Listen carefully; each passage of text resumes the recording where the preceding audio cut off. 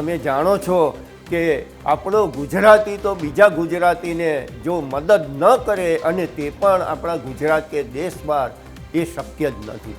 એટલે મૂળ વાત એવી છે કે ત્યાં જે વ્યવસાય કરે છે ભારતીય અને ગુજરાતના લોકો, એ લોકો આવા માણસોને મદદ કરવાના અને બહુ સારા આશયથી એમને એ જોબ ઉપર રાખે છે.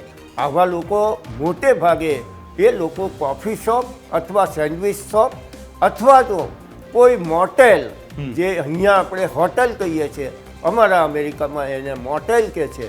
અને આપ તો જાણતા જ હશો કે ભારતના લગભગ 60-70% લોકો, અને એમાંય મોટા ભાગના ગુજરાતના પટેલના લોકો, પટેલ એટલે મોટલ અને મોટલ એટલે પટેલ.